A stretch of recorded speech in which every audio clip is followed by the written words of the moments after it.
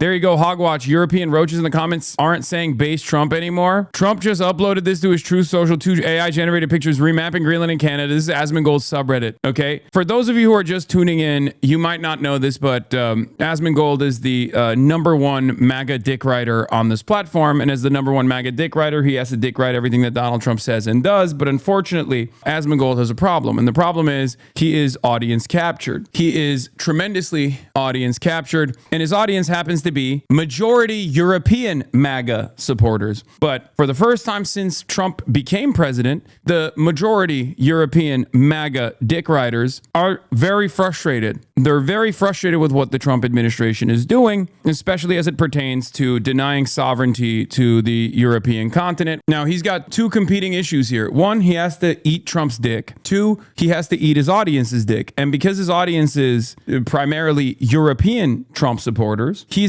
has to play this delicate tightrope for the first time ever, where he can't just like talk about how awesome it is that Trump is taking over Greenland. They all loved it when Trump did this to Venezuela, but they all hate it when Trump is doing this to a European ally. Forget war. It's Tuesday, and this afternoon, I have my third meeting this week with EU blue chip companies, specifically to look at their current exposure to U.S. tech services like Azure and AWS, to discuss how they can plan to move from these services to non-U.S. based solutions, not discounting a move from cloud back onto on-premise solutions. This would be billions of dollars annually removed from U.S. companies if just those three. Cloud back on the prem is becoming more and more a common conversation. You're not alone. Godspeed, man. We're also moving from U.S. cloud to alternatives. For the love of God, sovereign cloud solutions from Google, Microsoft, or Amazon are a scam. Don't even suggest that. Why is he so R-worded? For real. He keeps shooting himself on the foot with the stupid he says and does. He could have the whole world sucking up to him, yet he chooses to act like a spastic. I am starting to root for an impeachment. He's becoming unbearable and keeps damaging the anti-woke culture. He keeps damaging the anti-woke culture like the anti-woke culture is a real thing. He's a megalomaniac, Nebba baby, and wants a new state added to the union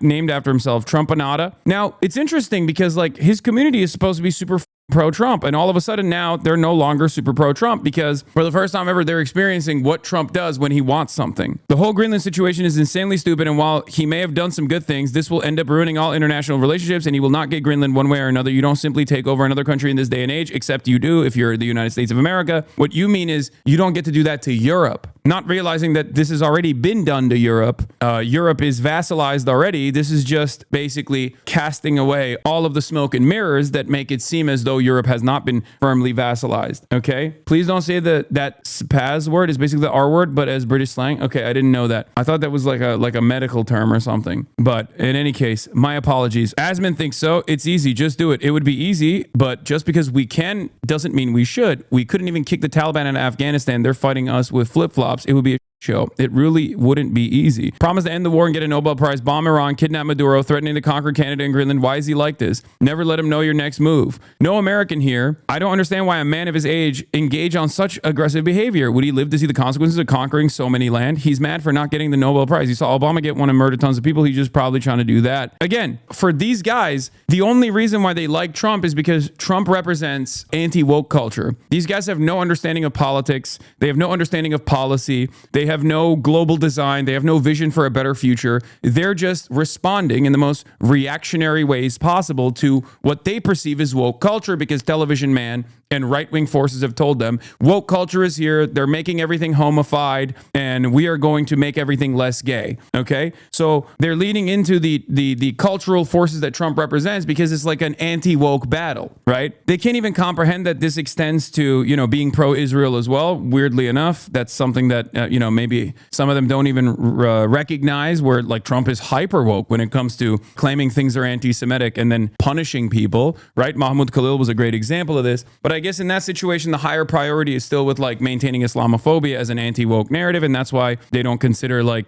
Trump's fake anti-Semitism enforcement as another instance of every we're anti-woke except for when it comes to things that we claim are anti-Semitic. As a European, I was never 100% anti-Trump. Yes, unlike many, as I've always tried to view the problematics through the eyes of an American, as Asman makes this possible. Also, looking at what the Democrats are doing in the U.S., it was no surprise Trump and Republicans won the elections, but every time Trump does something which I can say, okay, okay, he's got a point in this, or might have a point in this, or even if he thinks I can agree with him, he always does stupid shit like this. Right now, when it comes to Greenland, he behaves like a child. I didn't get the Nobel Peace Prize. How dare you? You didn't give me the prize. So now I'm interested. Now I am not interested in peace anymore. Well, I don't really believe, or at least now, he would actually try to commit the military action. Or if he did, I hope others who have a say in this would not let him do it and refuse and impeach or whatever. Even threatening like this is insane. I like Trump. Why is Trump doing this? You are treating us like we are brown. We are not brown. Why are you treating us like we are brown, Mr. President?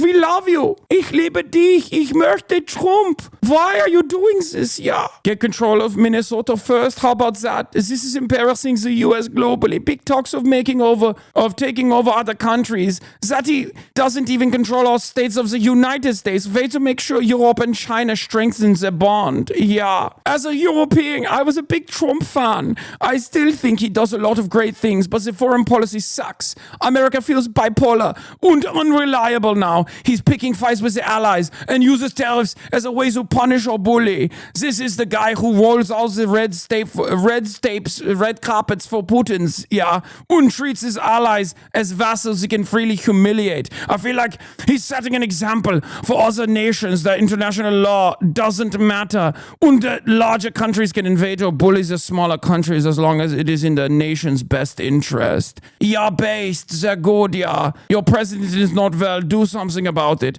Everyone was in such an uproar at the Democrats allowing Biden to be unfit for so long, yet here we are. You can cut the hypocrisy with a knife. For people who are just now figuring out that this is what Trump has been doing, because you were deluded into thinking that he is like representative of an anti-woke culture, what you also need to move beyond is this dynamic in your mind that there is like such a thing as woke culture, and it was like being mass enforced upon you by, you know, liberal powers or whatever, and recognize that this has always been the global design. This is the global capitalist design. You do not benefit from it. And as a matter of fact, they delude you into thinking that you're actually winning something when Donald Trump wins the election over the Democrats or some like that, because he's anti-woke. Meanwhile, all he is doing is reinforcing American hegemony. But when you think American hegemony is good, what you fail to consider is that American hegemony just means capitalist hegemony. You think capitalism is good. You think global capitalism is a good thing. It's not. That is the real reason why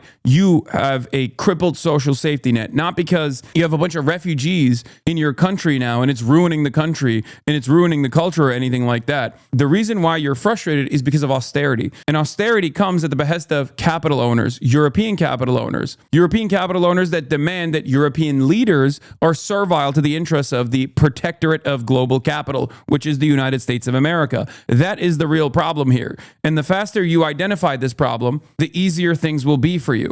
Otherwise, you will constantly find yourself whipped up into a frenzy in a moment of panic over and over again, thinking, why is this happening? I don't understand. Trump was the great Trump was going to bring about American prosperity. He was going to bring about European prosperity. He was actually invested in white culture, our shared culture.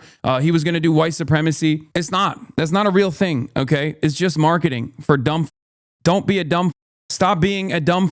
In some ways, none of what Trump is doing is all that surprising, even if it's unorthodox. What's interesting here is that Trump is actually disrupting the liberal world order by leaning into how things have operated even under the liberal world order. He's just doing away with the aesthetics. Okay, this is what you don't understand. He's doing away with the aesthetics. No more feeling of superiority for you, Europe. Know that you are vassalized. That's what he's doing. In a weird way, as someone who is very critical of the New World Order, post the global design post World War II, as someone who firmly and genuinely, legitimately believes that countries should have developed sovereignty, countries should have moved in the direction of socialism in their own versions, in their own ways, that would have been infinitely more beneficial for the working class in these European countries, as opposed to the American-backed design of the entire world.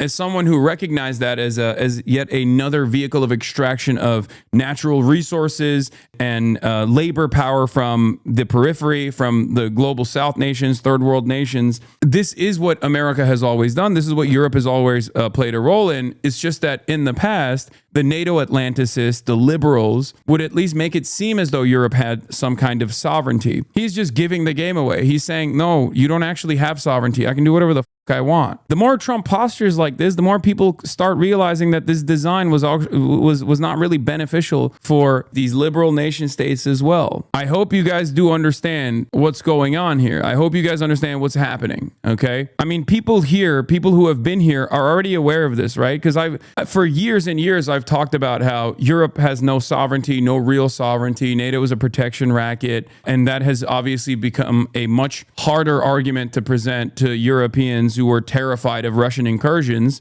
especially after Vladimir Putin went insane mode and decided to, invade Ukraine. Trump has been doing away with the aesthetics pretty aggressively. And now this is hopefully a moment of recognition for some of, Europe's best and brightest. They realize that they don't actually have any sort of sovereignty. They don't even have sovereignty over their own politics. Like, if you're living in Europe and you're like, hey, I don't want healthcare to go away, what the is going on? Why is it that year over year it becomes harder and harder? The wait times get longer. I don't have access to medicine or access to healthcare in the same ways. My public transit is worse overall, and the welfare state is like falling apart. Why the is that happening? And then someone on the right flank says, oh, it's because of migrants. It's because of Muslims. They're destroying the country. They're forcibly feeding you halal kebabs or whatever. And you go, okay, that must be the reason. And the liberals say, no, nothing is happening. Everything is actually good. And you should shut the up. Then you make the right-wing pivot. There is an alternative out there, one that is unfortunately not often represented. Have you always critiqued the Eurocucks, or is this a recent analysis? No, I've been saying this for years.